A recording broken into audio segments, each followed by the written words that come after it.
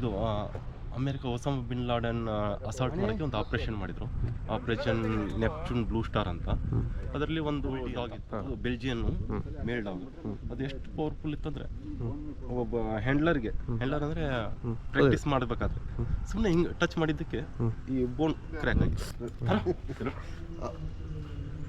ಅವ್ರ ಮಾತು ಕೇಳೋದಲ್ಲ. ಈಗ ನಾವು ಮಾತಾಡಿದ್ರು ನಮ್ಮ ಮಾತು ಕೇಳೋದಿಲ್ಲ. ನಮ್ಮ camera trap WOTC camera trap ಹಾಕಿರ್ತೀವಲ್ಲ ನಾವು ಟೈಗರ್ ಸೆನ್ಸರ್ಸ್ಗೆ, ಆ ಕ್ಯಾಮ್ರಾ ಕಳೋಗಿತ್ತಂತ. ಬಟ್ ಫೀಮೇಲ್ ಯಾಕಿರುತ್ತೆ ಸರ್? ಈಗ ಫಿಮೇಲ್ ಅಂದರೆ ಇವಕ್ಕೆ ನ್ಯೂಟ್ರಲ್ ಮಾಡ್ತೀವಿ ನಾವು. ಒಂದಾಗಿ ಹಾರ್ಮೋನಲ್ ಇಂಬ್ಯಾಲೆನ್ಸ್ ಆಗಿ ಏನಾಗಲ್ಲ. ಮೇಲ್ ಆದರೆ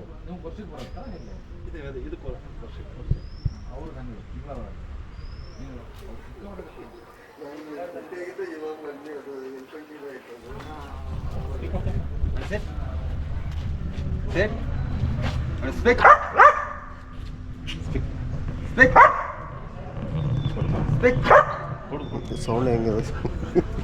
ಬೆಲ್ಜಿಯಂ ಮಸ್ತ್ ಸ್ಟ್ರಾಂಗ್ ಹಿಡ್ತಾ ಸರ್, ಭರ್ಜರಿ ಹಿಡ್ತಾ. Powerful bites.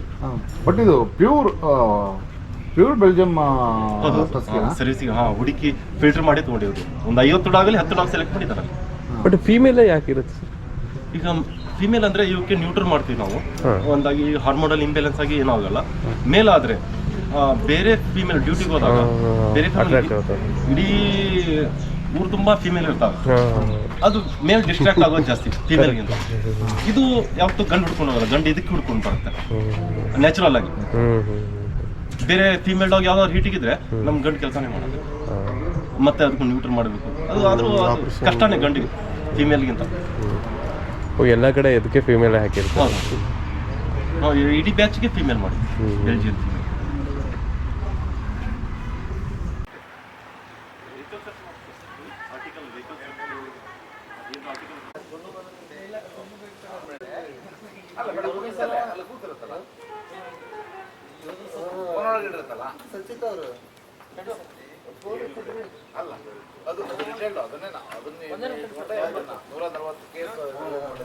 ಗೋಲ್ಡಿ ಅಂತ, ಅದು ಬೆಲ್ಜಿಯನ್ ಮೇಲ್ ಡಾಗ್. ಅದು ಎಷ್ಟು ಪವರ್ಫುಲ್ ಇತ್ತಂದ್ರೆ, ಒಬ್ಬ ಹ್ಯಾಂಡ್ಲರ್ ಅಂದರೆ ಪ್ರಾಕ್ಟೀಸ್ ಮಾಡಬೇಕಾದ್ರೆ ಸುಮ್ಮನೆ ಹಿಂಗೆ ಟಚ್ ಮಾಡಿದ್ದಕ್ಕೆ ಈ ಬೋನ್ ಕ್ರ್ಯಾಕ್ ಆಗಿ ಅಷ್ಟು ಪವರ್ಫುಲ್. ಕಚ್ಚಬೇಕಂತಲ್ಲ, ಸುಮ್ಮನೆ ಅದು ಫೆಚ್ ಅಂತಾರ, ಹಿಡಿಯಕ್ಕೆ ಹೋಗಿ ಅದು ಬಾಲ್ ಹಿಡಿಯಕ್ಕೆ ಹೋಗಿ ಕೈ ಅಡ್ಡ ಹೋಗ್ಬಿಡ್ತು. ಇಷ್ಟು ಹಿಡಿದಾಗ ಈ ಬೋನ್ ಕಟ್ ಆಗಿತ್ತು. ಅಷ್ಟು ಪವರ್ಫುಲ್ ಬೈಕ್ ಅಂದ್ರೆ ನ್ಯಾಚುರಲಿ ಕಚ್ಚಲ್ಲ. ಅದು ಟ್ರೈನ್ ಡಾಗ್ ಯಾವತ್ತೂ ಕಚ್ಚಲ್ಲ, ಆದ್ರೆ ಅದು ಬೈ ಮಿಸ್ಟೇಕ್ ಆಗಿ ಬಾಲ್ ಹಿಡಿಯಕ್ಕೆ ಹೋಗಿ ಕೈ ಹಿಡಿದು.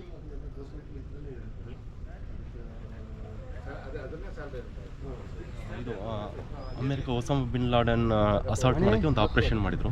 ಆಪರೇಷನ್ ನೆಪ್ಚೂನ್ ಬ್ಲೂ ಸ್ಟಾರ್ ಅಂತ. ಅದರಲ್ಲಿ ಒಂದು ಡಾಗ್ ಇತ್ತು, ಬೆಲ್ಜಿಯನ್ ಮೇಲ್ ನೋವ.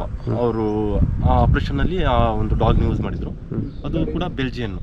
ಅದು ಎಷ್ಟು ಶಾರ್ಪ್ ಇತ್ತಂದರೆ, ಬಿಲ್ಡಿಂಗಲ್ಲಿ ಇರ್ತಕ್ಕಂಥ ಎಷ್ಟು ಜನ ಇದ್ದಾರೆ ಅಂತ ಸೆಂಟ್ ಮಾಡಿ ಐಡಿಯಾ ಮಾಡ್ತಿದ್ರು. 5 ಜನ ಇದ್ದರು, 6 ಜನ ಇದ್ದರು. ಆ ಡಾಗ್ ಹೆಲ್ಪ್ ತಗೊಂಡು ಅವರ ಆಪರೇಷನಲ್ಲಿ ಸಕ್ಸಸ್ ಆಯಿತು. 2022ನಲ್ಲಿ ಇದಕ್ಕೆ ಹೋಗಿದ್ದೆ, NTCD&A ಅಂತ ಇದೆ, national training centre for dog association ಅಂತ. ಅದು ITBP ಅಂಡರ್ ಬರುತ್ತೆ. ಅದು ಪಂಚಕುಲ, ಹರಿಯಾಣ ಪಂಚಕುಲದಲ್ಲಿ ಅವರ ಟ್ರೈನಿಂಗ್ ಸೆಂಟರ್ ಇರೋದು. ಅಲ್ಲಿ ಎಲ್ಲ ಇಂಡಿಯನ್ದು ಎಲ್ಲ ಡಿಪಾರ್ಟ್ಮೆಂಟ್ನವರು ಅಲ್ಲಿ ಟ್ರೈನಿಂಗ್ ಮಾಡ್ತಾರೆ. ಪೊಲೀಸು, ಫಾರೆಸ್ಟು, ರೈಲ್ವೇಸು, ಎಲ್ಲರೂ ಅಲ್ಲೇ ಟ್ರೈನಿಂಗ್. ಆ ಥರ ಒಂದು ಸುಮಾರು ಎಲ್ಲ ಕಡೆ ಇದಾವ್ರದ್ದು. ಒಂದು 5 ಟ್ರೈನಿಂಗ್ ಸೆಂಟ್ರಲ್ಲಿ ಅದು ಕೂಡ ಒಂದು. ಇದೇ ಫಸ್ಟ್ ಟೈಮು ನಾವು ಕರ್ನಾಟಕದಲ್ಲಿ ಮಾಡ್ತಾ ಇದ್ದೀವಿ. ಕರ್ನಾಟಕದಲ್ಲಿ ಮಾಡಿದ್ವಿ.